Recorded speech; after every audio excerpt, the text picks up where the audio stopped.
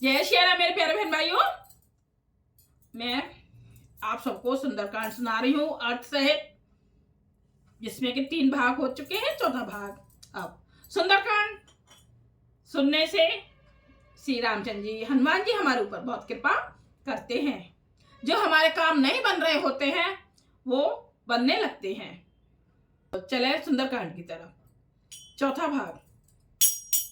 मस के समान रूप कपिधरी, लंका ही चले उस मारे नरे हरि। नाम लंकिनी एक निश्चरी, सो कहे चले से मोहे नेंदरी। हनुमान जी मच्छर के समान छोटा सा रूप धारण कर नर रूप से लीला करने वाले भगवान श्री रामचंद्र जी का स्मरण करके, यानी कि भगवान जी को अपने ध्यान करके लंका को चले। हनुमान जी भगवान जी को ध्यान करके लंका चले। लंका के द्वार पर लंकिनी नाम की एक राक्षसी रहती थी। दरवाजे पर वह बोली, मेरा निरादर करके बिना मुझसे पूछे कहाँ चला जा रहा। वह लंकिनी हनुमान जी से बोल रही है, मेरे बिना आज्ञा के कहाँ घुसे चले जा रहे हो। जाने ही नहीं मरम सट मोरा, मोर आहार जहाँ लगी चोरा। मोटी का एक महाकपिहनी, रुधिर बमत धरनी धन मनी। हे मूर्ख, तूने मेरा भेद नहीं जाना। लंकिनी बोल रही है कि हनुमान जी से बोल रही है कि तूने मेरा भेद नहीं जाना। जहां तक जितने चोर हैं वे सब मेरे आहार हैं। महाकपि हनुमान जी ने उसे एक घूंसा मारा, जिससे वह खून की उल्टी करती हुई पृथ्वी पर लुढ़क गई। पुण्य संभारे उठी सोलंका, जोर पान कर विनय शंका। जब राम नहीं ब्रह्म बर दीना, चलत बिरंच कहा मोहे चीना।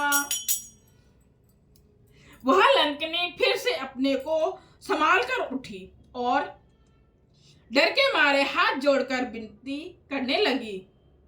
वह बोली, रावण को जब ब्रह्मा जी ने वर दिया था तब चलते समय उन्होंने मुझे राक्षसों के विनाश की एक यह पहचान बताई थी। क्या बताई थी?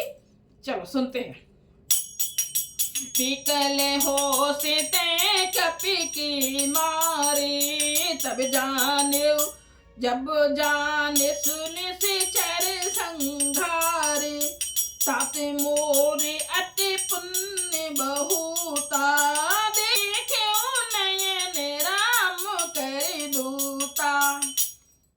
जब तू बंदर के मारने से व्याकुल हो जाए, क्या वर दिया था कि अगर बंदर के मारने से तू व्याकुल हो जाए तब तू राक्षसों का सहार हुआ जान लेना।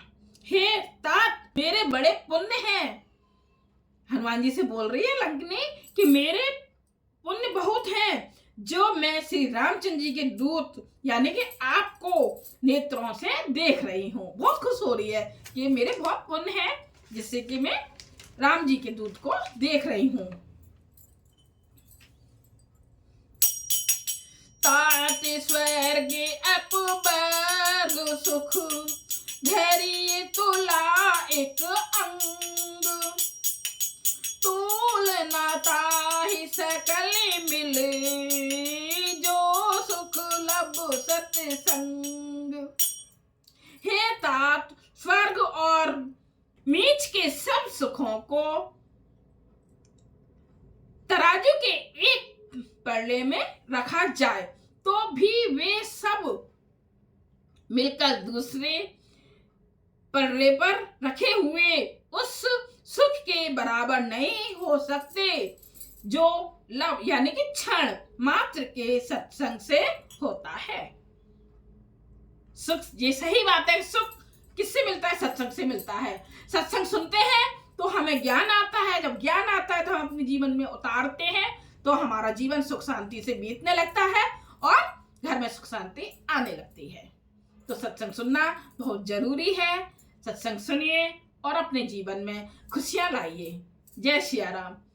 सुंदरकांड अगर अच्छा लगे तो लाइक कीजिए, कमेंट्स कीजिए और सब्सक्राइब कीजिए। जय श्री राम।